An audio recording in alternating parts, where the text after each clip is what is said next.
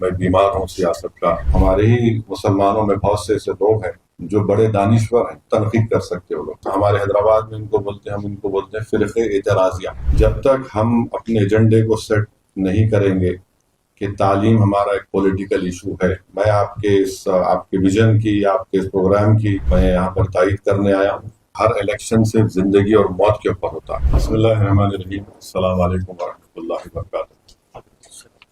محترم جناب عامر ادریسی صاحب, فاروق صدیقی صاحب اور تمام ذمہ داران AMP, میں سب سے پہلے آپ تمام ذمہ داروں کا شکریہ ادا کرتا ہوں کہ آپ نے مجھے آج کے اس فنکشن میں آنے کی دعوت دی, اور جو آپ کا 100 پوائنٹ روڈ میپ ہے اور جو ویژن ڈاکیومنٹ ہے 25 سال کا جو آپ کا روڈ میپ ہے, میں اس کو پڑھا ہوں اور میں اس سے بالکل متفق ہوں, اور اس کو عملی جامع نامہ ہم تمام کو مل کر پہنانا پڑے گا. اور تو یہ کیوں ضروری ہے, میں آپ کے سامنے چند چیزیں آپ کے سامنے رکھنا چاہوں گا. ڈیٹا ہے تو ذرا بورنگ رہے گا, مگر یہ ضروری ہے اس 100 پوائنٹ روڈ میپ کو سمجھنے کے لیے. 25 سالہ روڈ میپ کی کیوں اس کی اہمیت اور ضرورت ہے. آپ لوگ جانتے ہیں کہ ایک آل انڈیا سروے ہوا تھا AISHE 2021-22 میں, جس میں بتایا گیا کہ مسلمانوں کا جو ریپرزنٹیشن تھا ایجوکیشن میں وہ 4.87 سے 5.5 کو 5.5 سے 4.87 کو گرا ہے. 2019 اور 20 کا ڈیٹا. تو یہ صرف ایک اسٹیٹسٹک نہیں ہے, بلکہ ہم کو بتاتا ہے کہ ایک سسٹمک فیلئر ہے, جہاں پر پہلے جیسا انگریزی میں بولتے ہیں فرسٹ جنریشن لرنرس کو ہم لوگ تعلیم سے دور کر دے رہے ہیں, اور اس کی وجہ غربت ہے, انفراسٹرکچر نہیں ہے اور پالیسی سپورٹ نہیں ہے. میں آپ کے نوٹ میں پڑھا کہ کوئی سیاسی بات مت کہیے, مگر میں معذرت چاہتا ہوں, میں بیمار ہوں سیاست کا اور یہ جان لیوا بیماری میرے پاس ہے. تو میں آپ کو بتانا چاہوں گا کہ مسلمان جب تک تعلیم کو سیاسی ایشو نہیں بنائیں گے, ہم اپنے مقاصد میں کامیابی حاصل نہیں کر سکتے. ہوتا کیا ہے کہ ہر الیکشن سے زندگی اور موت کے اوپر ہوتا ہے. تو ہماری زندگی اور موت تعلیم ہے, اور جب تک ہم تعلیم کو پولیٹیکل مدعا نہیں بنائیں گے, صرف فرقہ پرست پارٹی کو یا کسی آئیڈیالوجی کو شکست دینا ہمارا مقصد نہیں ہو سکتا. ہمارا مقصد یہ ہونا چاہیے کہ جب ہم فرقہ پرست پارٹی کو اور فرقہ پرست آئیڈیالوجی کو ہرانے کے لیے ہم اقدامات کرتے ہیں, تو اس کا یہ مطلب نہیں ہے کہ ہم اپنی ترقی کی راہوں کو ختم کر دیں. تو یہ ایک ہے. دوسری بات یہ ہے کہ منسٹری آف مائنارٹی افیئرس کا جو بجٹ رہا ہے اس سال 3,350 کروڑ اس سال دیا گیا, جو ایک 166 کروڑ اضافہ ہوا. مگر اب اس میں آپ کو دیکھنا پڑے گا کہ بولتے نا the details, the devil lies in the detail. تو 2023-24 میں 3,100 کروڑ الاکیٹ ہوئے تھے, تو منسٹری نے اس میں سے 2,260 کروڑ روپے سرنڈر کر دیے, کیونکہ اس لیے کہ وہ یوٹیلائز نہیں کر سکے فنڈز کو. دوسرا یہ ہے کہ جو پری میٹرک اسکالرشپ کا جو الوکیشن ہے اس میں شارپ ڈکلائن آیا, جیسا کہ 2023-24 میں 433 کروڑ پری میٹرک اسکالرشپ کا بجٹ تھا, وہ 2024-25 میں 326 کروڑ روپے ہو گیا. اب اس سال 2025-26 میں وہ صرف 195.70 کروڑ. اب آ جائیے ایکچوئل اسپینڈنگ کے اوپر. ایکچوئل اسپینڈنگ تو اور کم ہے. 2023-24 میں 433 کروڑ جو الوکیٹ ہوئے تھے اس میں سے خالی 95 کروڑ اسپینڈ ہوئے. اب جو 2024-25 میں 326 کروڑ روپے پری میٹرک کے لیے دے گی, اس میں صرف 90 کروڑ روپے یوٹیلائز ہوئے. یہ ہے, اور یہی پیٹرن پوسٹ میٹرک اسکالرشپ کا رہا, اور 2025-26 میں اس کو 65% کم کر دیا گیا, اور میرٹ کم مینس کو وہی کیا گیا کہ 33 کروڑ سے صرف 7 کروڑ پہ آ گیا میرٹ کم مینس. اور پوسٹ میٹرک